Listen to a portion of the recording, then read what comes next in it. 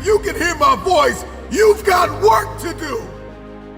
You need to elevate others to elevate yourself, but also you need others to elevate you. So many people live their lives like tubes. Food in, food out, paycheck in, paycheck out. And so you may be average, you may be ordinary, but you have the opportunity every single day to make extraordinary decisions. And what you do today will determine your future. At some point in life, we're all gonna struggle. You are not your past. You're you. You're you right now. You might have done some things you wish you hadn't done. Don't dwell on that. You learn from it, that's fine, but don't dwell on it. Just keep moving. Keep moving. Use it as fuel. Say, never again. I get what I did wrong, but don't think that you're that person that made those mistakes. You're the person who's learned. We're gonna be confronted with something. There's gonna be some obstacles that we feel that we can't overcome, or when you're on your path to success, there's always going to be those roadblocks here and there. It's a part of life. You've got a destiny to fulfill.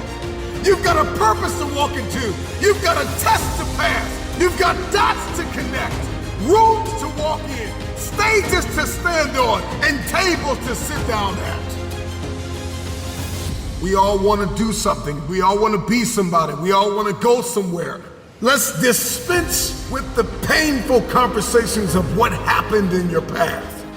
My advice, I really struggle with just being patient for certain things to happen, especially in my 20s. Like, I was the type of person who thought I was gonna find success early on, and thought at 24 years old I would already have this successful job or successful business. And it takes time. It takes time to personally grow. It takes time to figure out what you want to do in life, what type of person you want to become, and then what's important to you. There's always going to be those roadblocks here and there. It's a part of life. And I think that's what's so rewarding when we do achieve what we achieve, is because of those failures, because of those struggles, because of those roadblocks. Athletes that have achieved an amount of success, I think when their doubt creeps in, or there's naysayers, or there's doubters, I think the best thing that I ever did, obviously, I think, was believe in myself. That's first and foremost.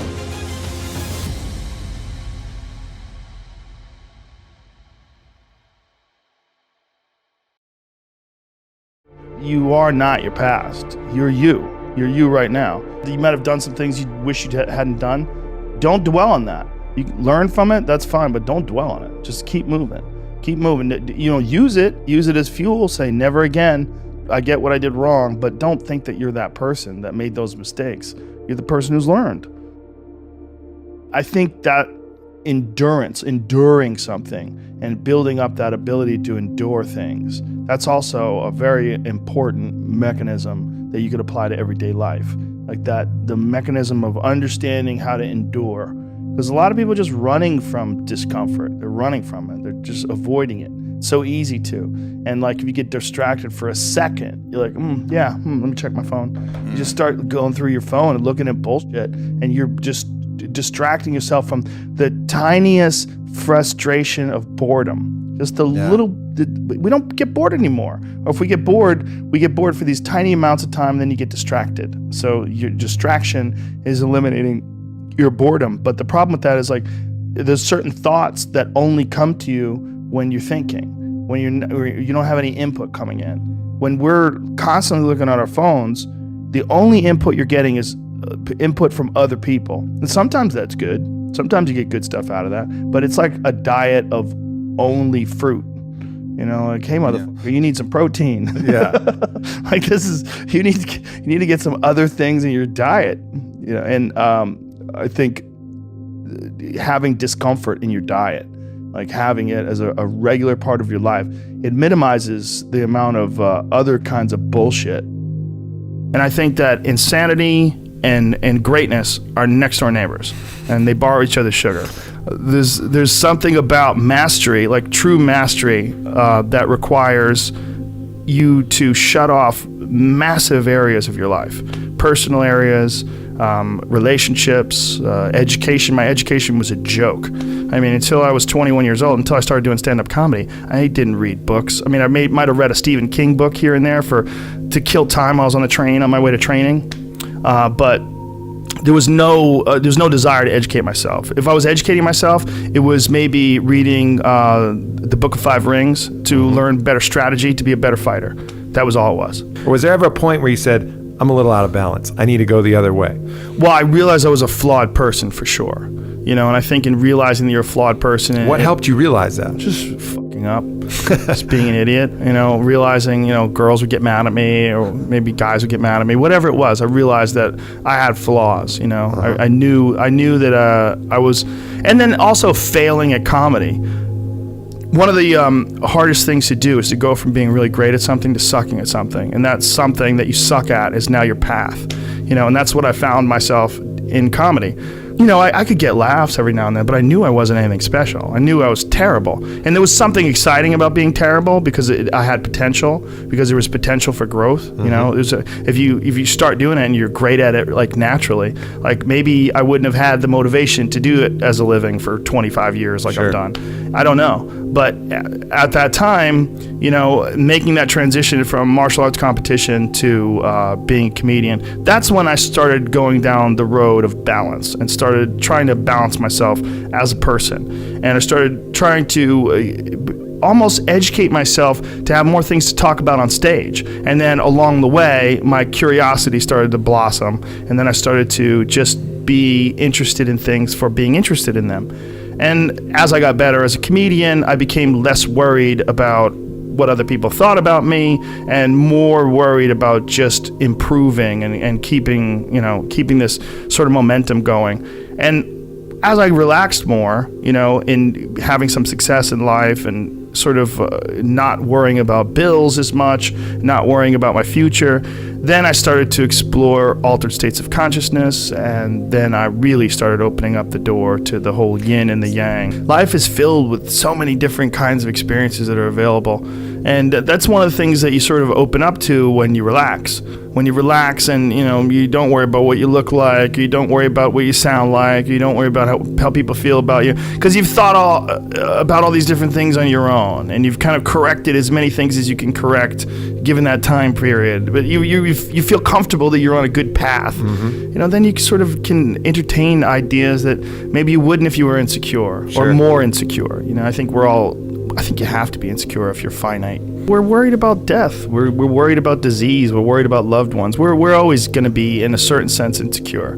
You know, we're worried about being sexually attractive. We're worried about being socially interesting. You know, there's always going to be some form of insecurity, but that's also part of the balance of life too. It's like you don't ever get to bliss. You know, what you get to do is chase bliss. You get to enjoy the moment. The moment is amazing, and it'll go away, and you'll be fucking tired, and you got to get up, you know, and you got to drive in traffic, and you're not going to like it. And you got to, you know, do some shit you don't want to do. There's a lot of times where I work out where I don't want to, you know, and I make myself do it. If I was living in bliss, I'd just be a fat fuck sitting on the couch, you know, thinking that I don't want to do that. My life is about enjoyment. No, there's enjoyment in doing things you don't enjoy. First thing I tell people is you can't find outside of you what you can't find inside of you. And so I like to ask myself open-ended questions. What are you doing today that you like? What are you doing today that you don't like? How can I be of service or value to that? Meaning to make those changes, or who sits in a situation that I want to be in to give me directions on how to heal that. You need to elevate others to elevate yourself, but also you need others to elevate you to elevate you. It's amazing. So many people live their lives like tubes, food in, food out, paycheck in, paycheck out, or Camus' The Stranger, the myth of Sisyphus, push the boulder to the top of the hill every day just to have it roll down to the bottom, because they have no coherence. They can't remember what's important to them, and then they can't do it. I've created coherence, practices, and then effectuating the mind, body, and soul through mindset, heart set, and hand set in order to be efficient, effective, and statistically successful in those practices. See, prioritization, the antidote to procrastination and feeling overwhelmed, is a matter of understanding what's important to you. When you have your non-negotiables, you already get the most important things every day done. But now, according to circumstance, I get the next most important thing, and I can make decisions like this because I already know what's important personally, experientially, giving and receiving wise every day in a trajectory that scares the shit out of everyone else, even me, for the future, because it's unlimited. So when I tell you and I meet you the first time, hey, what do you do? Oh, I'm gonna change the world. People are scared of me. I tell them how I'm gonna do it. I'm gonna empower people to be happy, to make a lot of money, help a lot of people, and have a lot of fun. Over 1 billion people, by the way. They're even more scared of me. It's not a low bar. No, but it shouldn't be, because there's no limitations in the future. But people don't do it. They'll laugh at you, scoff at you, and make fun of you, and guess what? When you do it, they'll applaud you. That's all I want on my tombstone. He was kind. First of all, look up, and then breathe. Think about what you want. Think about how you can help and who can help you. And then start thinking about how. And then prioritize that very first step, prioritize that very first day. Start thinking about what you want and continue every day enjoying that consistently, persistently, in the pursuit of your potential. Also, have an open mind. I promise you, each day will become easier. It'll aggregate upon itself, and pretty soon, you too will be an overnight success. So many people that are full of hate, condition, judgment, ego, they don't understand they're in search of something they already have. Most people will tell you when they're in that mindset, I need to get more money. I need to get more healthy. I need to get more worthy. I need to get more happy. Because they're full of hate. If I can teach them not only to look within and heal, but also to have faith, and then finally to say, wait a second, if I am connected to and through the greatest source, power, omniscient, all-knowing, omnipresent power that loves me more than my mom, then I am happy, I am healthy, I am wealthy, I am worthy. I just gotta figure out what I'm doing to interfere with it. And this hate is interfering with my truth, my potential, my love, the light, and the lessons of the journey that I've been blessed with full appreciation, acknowledgement, and the ability to dream and to ask for more. So many people waste 80% of their time on things that bleed them. I reconcile my time with gratitude, saying, yes, there's light, love, and lessons in everything. Every interview, every circumstance, event, and every person and idea, but is it worth my time? Therefore, I'm feeding that which feeds me, not getting bled. And it allows me to be more productive, accessible, and gracious. People will say to you, when you talk about David Meltzer, I don't know how that guy does it. He's one of the most active people I've ever said. They might even call me busy. I hate that word because busy means unavailable. I'm accessible. But I'm only utilizing 2 hours and 17 minutes to be non-negotiable. That leaves 21 hours and 43 minutes to do whatever the F I want. And so how do I prioritize the other 21 hours and 43 minutes? Now remember, I'm still more active just having a minimum amount of time, 2 hours and 70 minutes. I have all my prioritized things guaranteed done every day.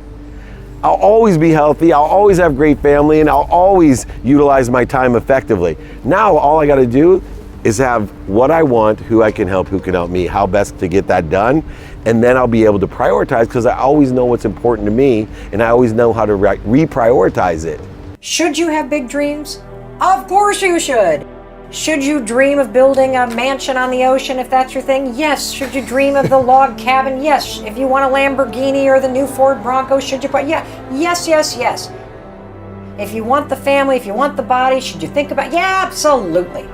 Here's where everybody goes wrong. You dream about the end. You make this gorgeous collage of all this stuff that has nothing to do with your current life. That literally, as you're sitting in your studio apartment and you're looking for a job and you're staring at a mansion going, someday, it's gonna make you feel like a loser because the gap between where you are and where you wanna go, it seems insurmountable. And so what happens based on the research is when you only visualize the end game, it's demotivating. At first it's really fun to like have a bottle of wine and make your like collage. I'm gonna visualize, I'm gonna slap this up. There's my vision board, this is fabulous. Law of attraction, baby, come on. I'm gonna think about it, it's gonna come to me. Okay, I've been doing this for 2 days. I'm still in this apartment with the cat box that needs to be changed. The way to visualize properly is to visualize the bridge between where you are and where you need to go. And particularly, the horrible stuff. Visualize working a day job and telling your friends that you're not going to go out tonight because you're working on something. Visualize making cold calls and being told no. Visualize not going to that party because you're staying in on a Saturday and not going to the barbecue because you're putting in the work. Visualize sitting at a seminar and learning from other people. Visualize watching YouTube videos. Visualize your first ever course failing miserably. Right. Literally, that's the sort of thing that you want to visualize yourself doing and pushing through, because that's going to help you do the work. Is you will start to realize you are walking by an entirely different world every single day because you're not looking for it. There are opportunities, there are signs, there are mile markers on your path that you are literally tuning out. And we can all sit in this moment and look back and see how the dots of our life connect us here. You start to ground yourself in the idea that this too is a dot on the map of your life, and it is leading you somewhere incredible. Law of attraction is simply your thoughts become things. And it's true. We've talked all about how when you have a negative self-talk, it tends to draw more of that to you. I think about it like lint in a dryer. Once negative stuff starts collecting, it collects a lot more. So here's what everybody gets wrong about manifesting. Everybody, at least kind of in the mass market, what you're trained to think about when you think about manifesting is vision boards. And when you hear the word vision boards, you think about the big stuff. So let's use your example of the marathon. The vision board would be Lewis crossing. The arms up at the medal. The arms up at the Yes. medal. The Exactly. high fives. Yeah, High fives. I did it. Yes, I did it. Exactly. That will not help you. Because when you hit mile 13 on the actual race and it is sleeting rain and it feels nothing like that thing on your vision board, you're going to start a negative dialogue. I can't do this. My knees hurt. This is not what I thought it was going to be. I'm not ready for this. I didn't train for this. And you are going to tank yourself. What you do by visualizing the bridge is you train your nervous system and your mind to do the hard work. So you should visualize not crossing the finish line, but what is it like to be at mile 12 when your batteries run out on your earbuds? No, I'm serious. And you keep going. What's it like when your shoelace breaks and now your heel is lifting and you're starting to get a blood blister at mile 17? What's it feel like when you wake up and it is pouring rain and you visualize yourself running anyway? That way, when you visualize the work, you are preparing your body for it, so you're not resistant to it when it comes. And so you are literally building up almost like this resilience and this muscle inside of you to do the work to get the thing. So yeah, create the vision board, but make sure in addition to crossing the finish line, you have somebody running in the rain. You have somebody who, you have an alarm clock that says 5:13. You have, these images that show the stuff that you don't want to do. So like for people who want to launch a business, for example, like a lot of people that I'm sure follow both of us are dying to launch a business or interested in being an influencer, social media, or making money online. And what you visualize are the checks, or you visualize the money you're going to make, or you visualize how cool it's going to be when you're a lifestyle entrepreneur, whatever the hell it is. Don't do that. I am constantly training my mind to work for me. And there's this little trick that I talk about in the book that is all sort of the beginning of having a high five attitude. And a high five attitude is the ability to catch yourself when you're going mentally low and to flip yourself back up into a high five attitude. Okay. The thing that I know to be true is that you cannot control the things around you. You can't control what's going to happen. You can't even control how your nervous system might respond or what thoughts might pop into your head. But you can always choose what you do next and what you make it mean, right? And so that's where all the power is. We've talked a lot about negative self-talk. And part of the reason why negative self-talk is so crippling is not only because you've repeated it for so long and now it's a pattern, but it's also because you have a filter on your brain called the reticular activity system. This puppy is the keys to everything. And it's remarkable that most of us have never heard of it. We've experienced it, but we don't know how to use it to our advantage. So the RAS, imagine a hairnet on your brain, only it's like electric. meaning it's alive, okay? Now, the RAS has one job, and the job is block out 99% of what's going on and let in 1% of what's going on. Our brains at this moment in history are having to process about 34 days worth of cell phone data in one day. It's crazy. And so your RAS has a monster job. It's like a bouncer at a bar. You're not coming in, you can come in. There are only 4 things that automatically get through the bouncer in your brain, the RAS. Number 1, your name. So you've experienced being in a crowded place and somebody's like, you think you hear Lewis and you're like, huh? Somebody call my name? That was the bouncer in your brain. The second thing that always gets let in is any threat to your safety. So there are loud noises all the time, but only ones in close proximity make you go like this. That was the bouncer in your brain letting it in. Okay. The third thing that gets let in is when you sense that your partner is interested in sex with you or somebody else. And the fourth one, and this is the $1 billion thing that everybody needs to know. The bouncer in your brain lets in whatever you think is important to you. So when you get intentional about telling your brain what's important to you, like, I'm interested in a Tesla, your brain's literally like, oh, let all the Teslas in. Come on in. Here's the downside to this. If you have told yourself that you are a bad person for the last 10 years, guess what your brain thinks is important? Examples that mean you're a bad person. Right. So I'm going to give you a very specific example. So I personally don't think I'm a bad person. I don't think I'm perfect, but I know I do my best. I mean well. I don't have that story about myself at all. I used to, but I don't. Let's say I oversleep and I miss the dentist. I miss the dentist appointment, I'm like, I gotta pay the $25. I gotta reschedule that thing. That kind of blows. That's all I think. And then I go on. If my daughter, who constantly beats herself up and says she's a bad person, this is a real example, by the way. She oversleeps, misses a dentist appointment, and it becomes, see, I always screw everything up. I'm always messing things up. Like everything that gets let in confirms that you're a bad person. She finds proof and evidence. Yes, that's the bouncer in your mind. I'm here to tell you that when you get intentional about what you want to think about yourself, it changes in real time what your brain lets in and what it doesn't. Yeah. That helps you with the other things that you're doing. The high five in the mirror, the I'm not thinking about that, the pathetic mantra. Hey, just because I missed the dentist appointment doesn't mean I'm a bad person. Yeah. I'm doing the best I can here. Give myself a break. Right. High five. You know what I'm saying? Shake it off. Get back in there. It's true, right? Right. Because it's these little things. Somebody cuts you off. Somebody reaches for the last thing of cereal that you wanted to buy at the grocery store. You think it's like a sign that the world's out to get you. This is all your story and your mind skewing the world to prove all of the stuff you keep repeating.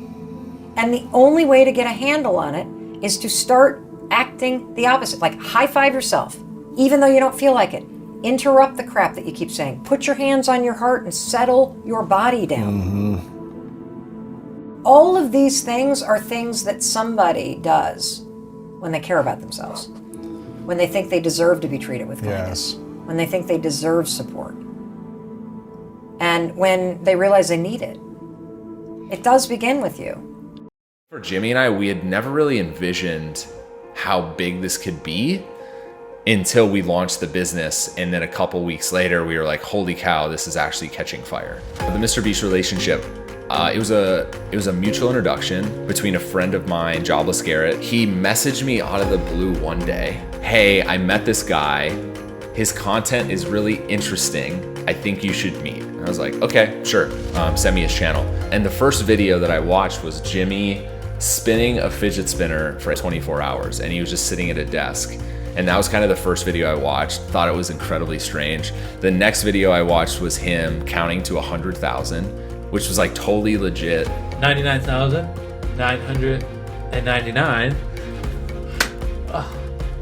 100,000. This guy's crazy. I need to meet him, just through Twitter DMs. And that's how Jimmy and I met. Jimmy and I clicked. I think our obsession for the internet and YouTube just it just really allowed us to get along and kind of see each other. And I complimented him in an area that he didn't necessarily want to do, which was business and operations. And he's just so good at what he does in terms of video making and being a marketing genius. And so it was really just a good relationship from the start. I really struggle with just being patient for certain things to happen, especially in my 20s. Like, I was the type of person who like thought I was going to find success early on, and thought at like 24 years old I would already have this, successful job or successful business. And it takes time. It takes time to personally grow. It takes time to figure out what you want to do in life, what type of person you want to become, and then like what's important to you. And so I've had to, probably humble myself more than most people, of just like being patient and just kind of like enjoying the journey and the process. As like cliche as that sounds, like I've found a lot of joy in the journey of growing this company over the last 5 years that I really just didn't think I was going to have in my 20s. My advice for creators starting out today is, it is the easiest time to become a content creator right now, and it's the best time for discoverability for any content creator starting out. I tell a lot of creators that are just starting out to really just like focus on short form to start. Kind of hone in on your craft on YouTube Shorts, TikTok, now Instagram Reels. Figure out like what that content is. Stay true to yourself. Make things that you're truly proud of.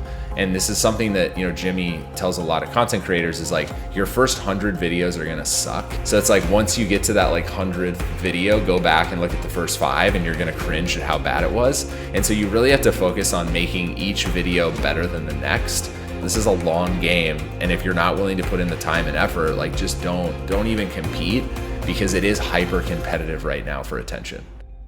You can go on TikTok or YouTube Shorts and make 10-second or 15-second videos, and the organic reach of those is unmatched currently. I mean, just look at my TikTok, which, like, I'm not a content creator, but I have had multiple TikToks get 5, 6, 7, 800,000 views, just like filming a day in my life, or talking about like, here's the 5 reasons why MrBeast is successful, or here's like 3 ways that you can become a content creator. It's hard to make a living just making 10-second TikToks. Not only is it incredibly difficult to monetize, brands are just not as willing to sponsor that type of content as they are long form videos. And so after you figure out those first things that I said, now start figuring out how you create maybe 4 or 5 minute videos into 10-minute videos, so you can actually have AdSense and mid-rolls, and you can do a 60-second brand integration, like things that are tried and true and working for a lot of content creators right now. And so hopefully for the content creators watching, like, hopefully that's helpful. And again, like, each like video you post, some you're not going to be proud of, but I think if you really focus on, I need to make a better video next week and the week after, like, you're eventually going to get really good at that craft. It might take you years. And Preston and Jimmy and Typical Gamer and a lot of these guys, they're on year 10, 12 of their careers. Jimmy's not on year 4. Jimmy was creating videos since he was 13 years old. It just took him a long time to figure out like what his style is and like what he actually wants to create. If you're not passionate about the stuff you're creating, you're gonna get to a point where you just don't want to make it anymore. And I think like I've done a lot of thinking about creator burnout and why it happens. And I think one reason creator burnout happens, aside from the like, they're doing everything, they're the director, the producer, the editor, and like they have this creative fog that starts to happen after they produce a lot of videos. But a lot of times as well is like, they just never loved the type of content they were creating. Maybe got forced into a niche because it started doing well, and then they doubled down, and then 2 years after they were like, man, I really do not like this type of content. I don't want to wake up today and make this type of content. So it's like, you have to really enjoy what you do. If you enjoy playing video games and you can make that entertaining, start there. You don't have to just go trend hack and do something that's doing well for other people. For the first few years, it was mostly Jimmy. Like, he had all these ideas on a whiteboard that he wanted to execute, that he had come up with, over the last like 6 or 12 months. And so still to this day, like, he has all these ideas that he wants to execute, and a lot of them make for massive YouTube videos. The issue today is like the videos have become so complex and so expensive that they take months of planning to actually film a video. Like, no longer are the days of like filling my friend's backyard with 1 million Orbeez, where all you need to do logistically is like get 1 million Orbeez to North Carolina and actually put water on them to make them big, and then throw them in your friend's backyard. Like those videos, like although in 2018, 2019, we thought were very challenging, they were very easy to pull off comparatively to like giving away a chocolate factory and recreating Squid Game and all this other stuff that it's now come to. And yeah, I mean, the videos have just become so complex, and I don't see this stopping. Like they're just going to get more expensive and more complex as he continues to raise the bar. I used to think there was a limit like a couple years ago when he would post, like we did this video that's, it was, can 50,000 magnets stop a bullet? And so the video content was not great, but the concept was amazing. It was like 50,000 magnets on a wall. Can it affect a bullet or stop a bullet? And the video throughout the first like day did so well. I need to go back and look at the analytics, but I think it got like somewhere in like the 20 million views within the first 24 hours. To that point, we had never experienced anything like that. The video went on to get 60 million views over the course of a week, which at the time, this was like 2019, like him and I's minds were just blown at how crazy this video did on YouTube. And so I was worried back then that I'm like, where do we go from here? Like, how do you get more than 60 million views in a 7-day period? Like that's never been done on YouTube outside of music videos.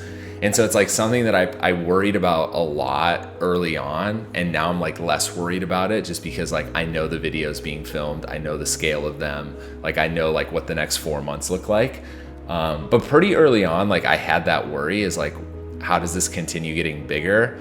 But now it's like after you do Squid Game and giving away a chocolate factory and some of the stuff that's getting filmed right now, I'm like, this bar is just going to continue to go up. I had worked so hard to get an opportunity at an NFL sports agency for something that I thought I really wanted. You know, for multiple years, I wanted to work in an NFL sports agency. And so to finally get that opportunity to get in the door, to start to make traction and to work with the people I worked with was incredibly fulfilling for me at the time. But I started to get this sense that the sports world was a little bit behind of where everything was moving. Everything was becoming more digitally focused. People were starting to make careers on the internet. I started to find Minecraft and Roblox and started to realize that like 14, 15-year-old kids were making their own servers and monetizing their own servers and selling cosmetic items. And so I started to see that like there was other creators that were gaining traction and especially in the video game space. And so when I started Night Media, I really kind of latched on to a lot of video game channels, Minecraft and Grand Theft Auto specifically. So it was like Typical Gamer, NoJ456, Preston Plays. It was some of the bigger names now that people, you know, like Typical Gamer now has 12 or 13 million subscribers. Preston has 20. These channels were really small when I initially found them. And so that's kind of how I latched myself into this business, is like the Dude Perfect relationship, and then kind of started representing video game channels. And that's when Night Media started in early 2015. And so my brain started to just kind of wrap its head around like all the things that were going on the internet and all the businesses that were starting to be built on the internet. And so I got this like sense that I was being left behind, and it started to give me anxiety. And I remember having this anxiety for months on end, that I loved what I did at that NFL sports agency and I loved the work and the people I worked with, but I just, for some reason, I felt like there was a bigger opportunity happening that I wasn't a part of. And so that's when I started doing a lot of this research, and I fell into YouTube and I started watching personality channels for the first time. I obviously had watched YouTube, how to change a tire, how to fix this, but personality channels, you know, this was 2013. I still had not watched personality channels. I didn't know they existed. And so once I found that, I kind of just went down the rabbit hole on a lot of these different channels. And so I then had to like have a conversation with myself of like, what do I want to do with, you know, the rest of my life? Do I want to be an NFL sports agent, which is a grind in itself? And, you know, we were recruiting kids that went to USC and Alabama and Florida State. And it's like, you're constantly traveling and it's hyper competitive. Or do I want to go carve out this little niche for myself and something that I started to believe in, which was Dude Perfect. And so it was a hard decision. And I think for the most part, like I remember having this conversation with my parents, and for the life of them, they like couldn't understand why I would give up this dream job at a sports agency to go start my own business. in Dallas, Texas, working with YouTube creators, because it's just, they couldn't wrap their heads around like, how is this going to become a business? Like, people watch channels on the internet and these channels make money. How do they make money? So they couldn't really wrap their head around it. But I mean, I just ultimately, like, after thinking about it and after sleeping on the decision for a long time, I woke up one morning and I just was like, it's time. I feel in my like gut, I feel like this is the right decision. And I've always been a person where I trust my gut, and I didn't look back. I packed everything up. I moved to Dallas. I started my business, which is now Night Media. I don't regret it for a second. But at the time, like, it was really tough for the first 1.5 to 2 years. When I tell you, like, people didn't understand it, like, I truly mean it. It was hard to gain any type of traction within the brand and advertising agencies, because they didn't see the opportunity like I did. And I was pretty early to the situation, or early to the opportunity of brand sponsorships on YouTube. And so I just kept at it because I love it. Like, I truly believed in it. And I knew I could make a business out of this, but it was one of the hardest decisions I've ever had to make, is leaving that, sports world of what I thought I wanted to do and trying to like be an entrepreneur and start my own business.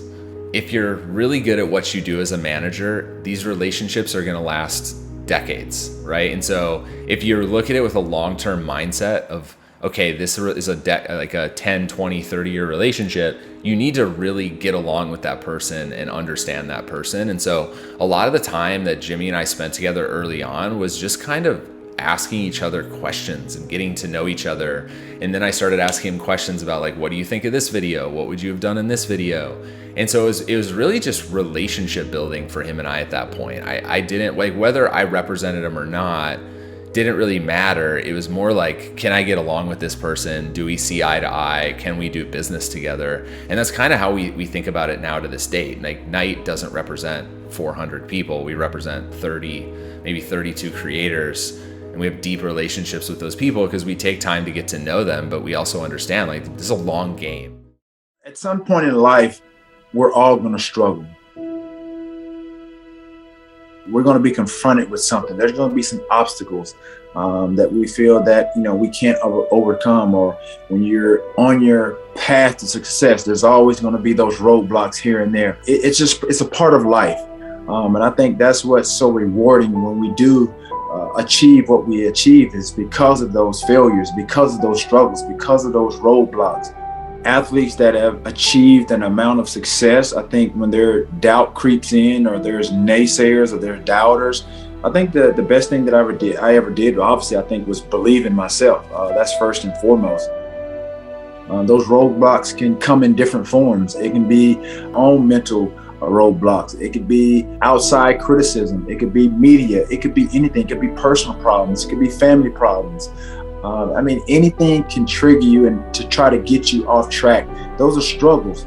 I think an athlete, again, to get to where you want to be and the process in which it takes to get there, you have to be addicted.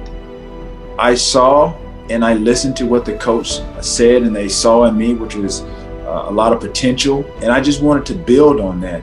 But at the end of the day, we're all going to struggle. I struggled, but I didn't quit. And that's what I encourage a lot of people to do. Just don't quit. It's not how you start, it's how you finish. And so for me, that mindset of just not wanting to quit, not wanting to succumb to the ebbs and flow of the game, and disappointment, having short-term memory. Nobody's perfect. You're going to have those days. Some days you're going to have it, some days you're not. And it's the great ones that look beyond that mistake and just have short-term memory and go to the next play as if the bad play just didn't happen. That's where you have a small percentage of great athletes in every sport. You have your average, you have your good, and you have your great. When you talk about the GOAT, or you're talking about the greatest of all time, I may not be considered the GOAT in some people's eyes, but if you look at me and you look at my highlight, I definitely fit the description. If I didn't have the coaches that pushed me beyond really kind of, I think, my own limits or my own expectations, I don't think that I would have become the receiver that I became. I don't think I would have been this guy that became T.O. Obviously, like I said, when you talk about physically, I fit the description of an athlete. I fit the description of one of those physically imposing receivers. I guess became a poster child for prototypical receivers that came after me. Because if you look at the transition of the receiver position before me and after me, they started to become bigger, faster, and stronger. You think of guys like Calvin Johnson, they called him Megatron. You think of Julio Jones. These are big body type of receivers that possess, not only just, the hands and catch radius, but when you think about the speed and the power of these guys, I think that's something that people marveled at as they saw the progression each and every year that I played in the National Football League. And I think after my third year in the league, after I made the catch against the Green Bay Packers, I think that instilled a lot of confidence in myself that I could play, and I could play on a big stage. It didn't start out particularly well, but that's where the cliche, it's not how you start, it's how you finish. I realized as I started to really score touchdowns, and my touchdown celebrations became a topic of discussion. I thought it was something positive, but when commentators and analysts started to really create this narrative that I was being selfish, or I was taken away from the team concept, or making it all about me or becoming selfish, honestly, I didn't take that very well. I didn't think that that's what I was doing. And so for me, I could have allowed that outside noise or that criticism manifest and really deter me from really doing what I really wanted to do and be productive on the football field. If I would have allowed that to really eat at me and not allow myself to be who I was on the football field, then it could have been disastrous. It could have been it could have made or break, who I was as a talent, and could have made or break really my career. But I think it all, like I said, it all stemmed from, how I was raised and my grandmother and the things that she taught me. She basically taught me, people, when you start to become successful, you're not going to be 100% liked by everyone. And so there's so many layers and so many elements of being a professional athlete and being in that sport.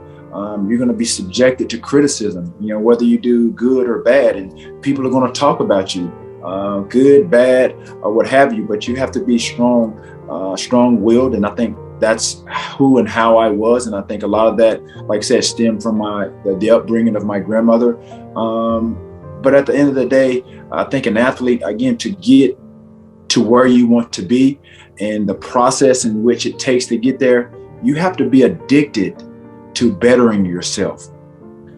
You have to be addicted to bettering yourself.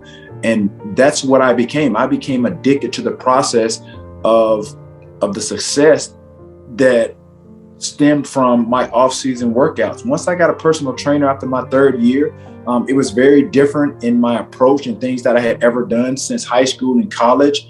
But I was receptive to that because I hired him as my personal trainer. We had that dialogue, we sat down and we talked about what I wanted to accomplish, not only just from a football standpoint, at that point in time going into my fourth year, but what did I want to accomplish with my workouts? What did I want to get better at? From a physical standpoint, how did I want to get better? He asked me, assess your body. What do you want? What do you want to get out of these workouts? And so for me, I was a skinny, scrawny kid. I was 6'3" frame, coming out of college. And at this time, 3 years into the league, I was physically imposing, but I wasn't satisfied at where I was at that point in my third year, going into my fourth year. I had come off one of the biggest games, made one of the biggest catches in my career. At that time, considered one of the biggest catches monumental type of catches in 49er history after the catch, by Dwight Clark. And my catch was, kind of pegged it myself as the catch too, considering, wild card game, really a rivalry over the years between San Francisco, Green Bay Packers, two Hall of Fame quarterbacks now in Brett Favre, Steve Young. And so, like I said, I played in a very monumental game where the stakes were high, wild card game. The game honestly went down, almost down to the last seconds. So that's something, again, like I said, that catapulted me to be where I am today.